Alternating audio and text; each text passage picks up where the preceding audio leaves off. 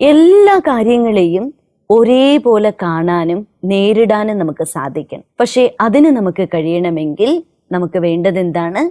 നമ്മൾ ത്രികാലദർശികളായിരിക്കണം. ഭൂതകാലത്തെക്കുറിച്ചും ഭാവി കാലങ്ങളെക്കുറിച്ചും നമ്മുടെ വർത്തമാനത്തെക്കുറിച്ചും വളരെ വ്യക്തമായിട്ട് നമ്മൾ പഠിക്കണം. പക്ഷെ ഈ ത്രികാലദർശിയായിട്ട് മാറാൻ നമുക്ക് എപ്പോഴാ സാധിക്കുക? അതിനാണ് നമ്മുടെ ജീവിതത്തിലേക്ക് ആത്മീയത കൊണ്ടുവരേണ്ടത്. വെറും ഭൗതികതയിൽ മാത്രം ജീവിക്കുന്ന ഒരു വ്യക്തി ഏകകാലദർശിയായിരിക്കും. എന്നാൽ ആര് ആത്മീയ പാതയിൽ ജീവിക്കുന്ന വ്യക്തികളാണോ അവര് ത്രികാലദർശിയായിരിക്കും. നമ്മൾ ജീവിക്കുമ്പോൾ നമ്മുടെ ജീവിത സാഹചര്യങ്ങളെ ത്രികാലദർശികളായി ഇരുന്നു കൊണ്ട് നേരിടുക. ത്രികാലദർശികളാകണമെങ്കിൽ നമുക്കെല്ലാവർക്കും വേണ്ടത് ആത്മീയ ജ്ഞാനമാണ്. നമ്മൾ ആരാണെന്നും നമ്മൾ എന്താണെന്നും നമ്മൾ എവിടെ നിന്നാണ് വന്നതെന്നും ജീവിതത്തിലെ നമ്മുടെ കർത്തവ്യങ്ങൾ എന്താണെന്നും നമ്മുടെ ഉത്തരവാദിത്തങ്ങൾ എന്താണെന്നും ശരിയായ രീതിയിൽ നമ്മൾ തിരിച്ചറിയണം.